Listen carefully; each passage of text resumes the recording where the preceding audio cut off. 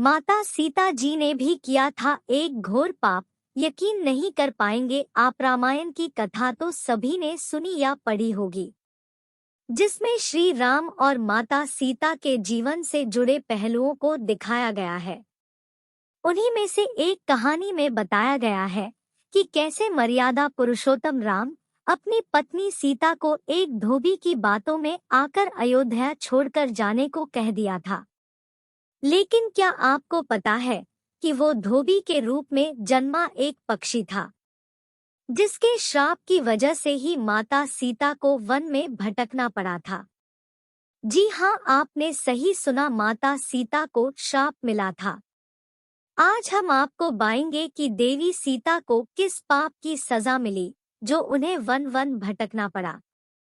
धरती की कोख से जन्मी थी सीता। मिथिला नगरी में जनक राजवंश राज करता था। उन्हीं में से एक राजा सिरध्वज थे। एक बार यज्ञ के लिए वो जमीन जोत रहे थे। उसी समय वहां से एक छोटी कन्या निकलती है। इस सुंदर कन्या को देखकर राजा को बहुत खुशी हुई। उन्होंने उस कन्या को अपनी पुत्री बना लिया। उसका नाम सीता रखा। एक दिन सीता अपनी सहेलियों के साथ बगीचे में खेल रही थी। वहां उन्हें एक तोते का जोड़ा दिखाई दिया, जो बहुत ही खूबसूरत था। वे दोनों पक्षी एक पर्वत की चोटी पर बैठकर बातें कर रहे थे। पृथ्वी पर श्री राम नाम से विख्यात एक बड़े सुंदर राजा होंगे। उनकी महारानी का नाम सीता होगा। श्री राम सीता के साथ कई वर्षों तक राज्य करेंगी। धन्य है वे जानकी देवी और धन्य है वे श्री राम। माता सीता ने जानी प्रभु राम की कहानी। तोते की ऐसी बातें सुनकर सीता ने सोचा कि ये दोनों तो मेरे ही बारे में बातें कह रहे हैं। इन्हें पकड़कर मैं इनसे अपने जीवन से जुड़ी सारी बातें पूछ सकती हूँ। इसीलिए उन्होंने अपनी सहेलियों से उन दोनों पक्षियों को पकड़कर लाने को कहा। उनकी सहेलियां उस पर्वत पर गईं और दोनों पक्षियों को पकड़कर ले आईं। माता सीता उन पक्षियों से कहती है कि तुम दोनों बहुत सुंदर हो, देखो, डरो नहीं, मैं तुम्हें कोई नुकसान नहीं पहुंचाऊंगी। तुम बस मुझे ये बताओ कि तुम कौन हो और कहां से आए हो। राम कौन है और सीता कौन है, तुम्हें उनके बारे में कैसे पता है? पक्षी जोड़े ने सुनाई श्री राम जन्म की कथा। माता सीता के पूछने पर दोनों पक्षी बताते हैं कि एक बहुत विख्यात महर्षि वाल्मीकि है। हम दोनों उन्हीं के आश्रम में रहते हैं। महर्षि ने रामायण नाम का एक ग्रंथ लिखा है, जिसका पाठ उन्होंने अपने शिष्यों को भी कराया है। उन पक्षियों ने सीता को ये भी बताया कि इस ग्रंथ में महर्षि वाल्मीकि ने बताया है कि महर्षि ऋषिशृंग के द्वारा किए गए पुत्रैष्ठ यज्ञ से प्रसन्न होकर भगवान विष्णु, राम, लक्ष्मण, भरत और शत्रुघ्न, ये 4 मानव शरीर धारण कर पृथ्वी पर जन्म लेंगे।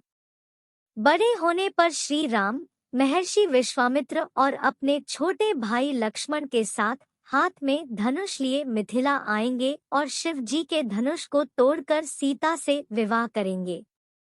राम और सीता का विवाह।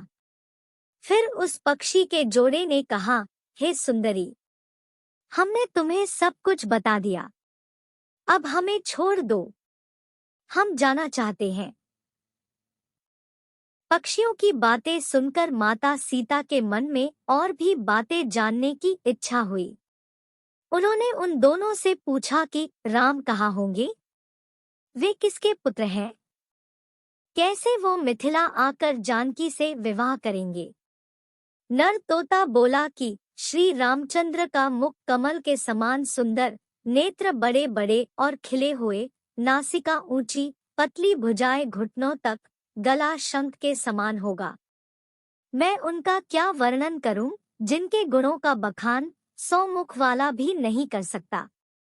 दोनों पक्षी कहते हैं कि जानकी देवी धन्य है, जो जल्द ही रघुनाथ जी की पत्नी बनकर उनके साथ कई वर्ष तक राज करेंगी। लेकिन तुम कौन हो? पक्षियों की बातें सुनकर सीता ने कहा कि जिसे तुम लोग जानकी कह रहे हो वो मैं ही हूँ। नर तोते की विनती।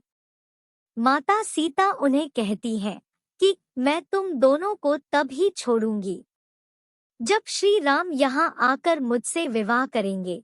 तब तक तुम दोनों आराम से मेरे घर में रह सकते हो। ये सुनकर मादा तोता जानकी से कहती कि हम वन के पक्षी हैं, हमें घर में सुख नहीं मिलेगा। मैं गर्भवती हूँ, मुझे जाने दो, मैं अपने स्थान पर जाकर बच्चे पैदा करूंगी। आप चाहे तो उसके बाद फिर से यहाँ आ जाऊंगी। उसके कहने पर भी सीता जी ने उसे नहीं छोड़ा। तब उसके पति यानी नर तोते ने कहा, सीता, मेरी पत्नी को छोड़ दो, वो गर्भवती है।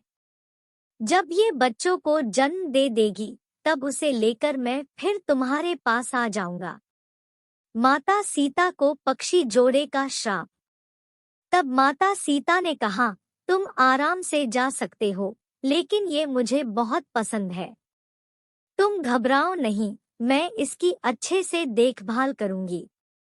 जब सीता ने उस मादा तोते को छोड़ने से मना कर दिया तब वो पक्षी दुखी हो गया।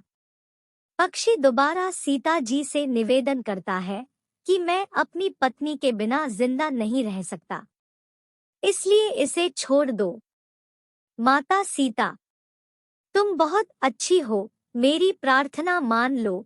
इस तरह उसने बहुत समझाया, लेकिन सीता ने उसकी पत्नी को नहीं छोड़ा। तब मादा पक्षी ने क्रोध में सीता को श्राप दिया कि अरे, जिस प्रकार तू मुझे इस समय अपने पति से अलग कर रही है, वैसे ही तुझे भी स्वयं गर्भवती की अवस्था में श्री राम से अलग होना पड़ेगा। वन वन भटकती रही माता सीता। कुछ दिन बाद पति से बिछड़ने के दुख में मादा पक्षी के प्राण निकल गए। पत्नी की मौत हो जाने पर नर पक्षी दुखी हो गया। फिर वो सीता जी से बोला कि मैं मनुष्यों से भरी श्री राम की नगरी अयोध्या में जन्म लूंगा। मेरे ही कारण तुम्हें पति के वियोग का दुख उठाना पड़ेगा। ये कहकर वो वहां से उड़ जाता है। कुछ साल बाद उसका जन्म अयोध्या में धोबी के घर हुआ। उस धोबी के कारण ही सीता जी का अपमान हुआ। उन्हें अपने पति श्री राम से अलग होना पड़ा। उस तोते का श्राप ही सीता जी के पति श्री राम से बिछड़ने का कारण बना। इसीलिए जब माता सीता गर्भवती थी तो उन्हें भी पति से दूर वन में रहना पड़ता है। आपने अक्सर लोगों को कहते सुना होगा कि हमें हमारे कर्मों का फल हमें यही मिलता है। इस कहानी से ये बात सिद्ध भी हो जाती है कि कर्म के फल से कोई भी नहीं बच सकता, फिर चाहे वो भगवान राम हो या सीता। सभी को अपने कर्मों को फल भोगना पड़ता है।